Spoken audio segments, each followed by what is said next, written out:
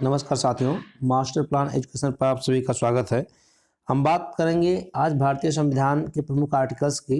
सबसे पहले आज हम बात करेंगे पार्ट वन में हमने देखेंगे क्या है प्रमुख बातें।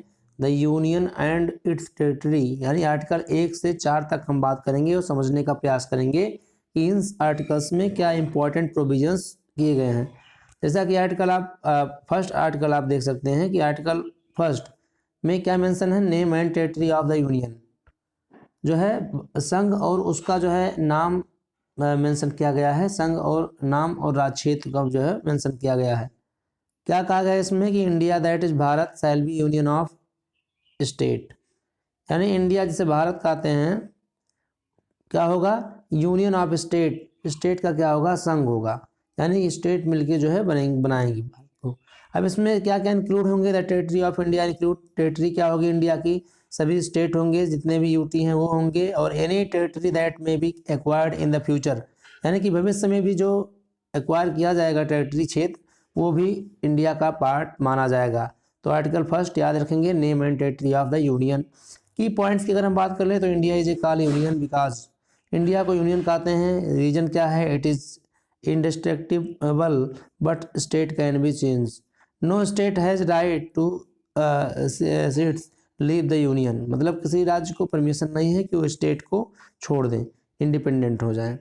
तो ये आर्टिकल पहले मेरा। नेक्स्ट स्लाइड की तरफ मूव करते हैं, यहाँ देख लेते हैं हम लोग आर्टिकल सेकंड में क्या इंपॉर्टेंट बात है, एडमिशंस और एस्टेब्लिशमेंट ऑफ न्यू स्टेट, यानी कि आर्टिकल सेकंड में जो है न्यू स्टेट की बात की जा रही है, उनके एस्टेब्लिशमेंट की बात कर रही है, कोई नए राज्यों का प्रवेश और या स्थापना की बात कही गई है। क्या क्या है इसमें important point, parliament has the power to admit new state into India, parliament को पावर है कि किसी भी नए स्टेट को इंडिया में इंक्लूड करे, एस्टेब्लिश न्यू स्टेट्स।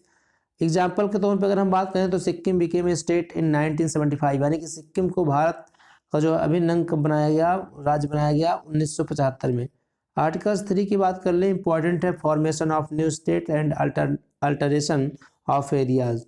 क्या इसमें इंपॉर्टेंट बातें हैं, यानी कि क्या है ये, नए राज्यों का जो है निर्माण और वर्तमान राज्यों के क्षेत्रों, सीमाओं या नामों में जो है परिवर्तन की बात जो है आर्टिकल 3 करता है।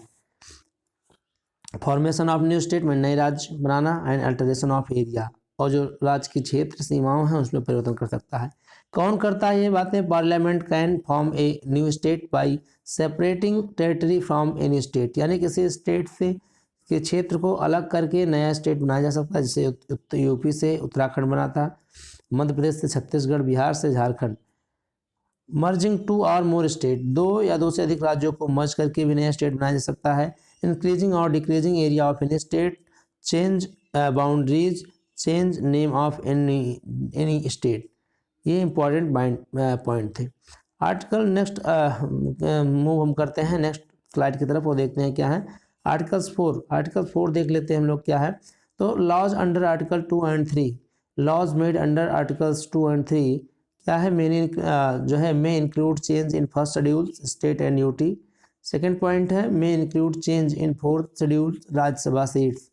Such laws are not considered constitutional amendment, articles 368 not required। Meaning क्या है, अगर सिंपल वे में बात करें तो simple majority is enough to pass these laws.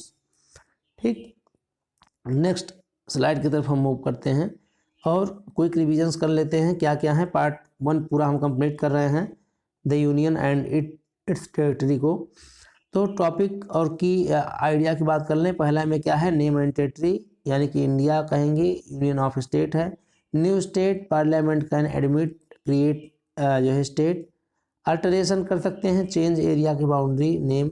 और फोर्थ क्या था, नॉट कॉन्स्टिट्यूशनल अमेंडमेंट, नहीं माना जाएगा।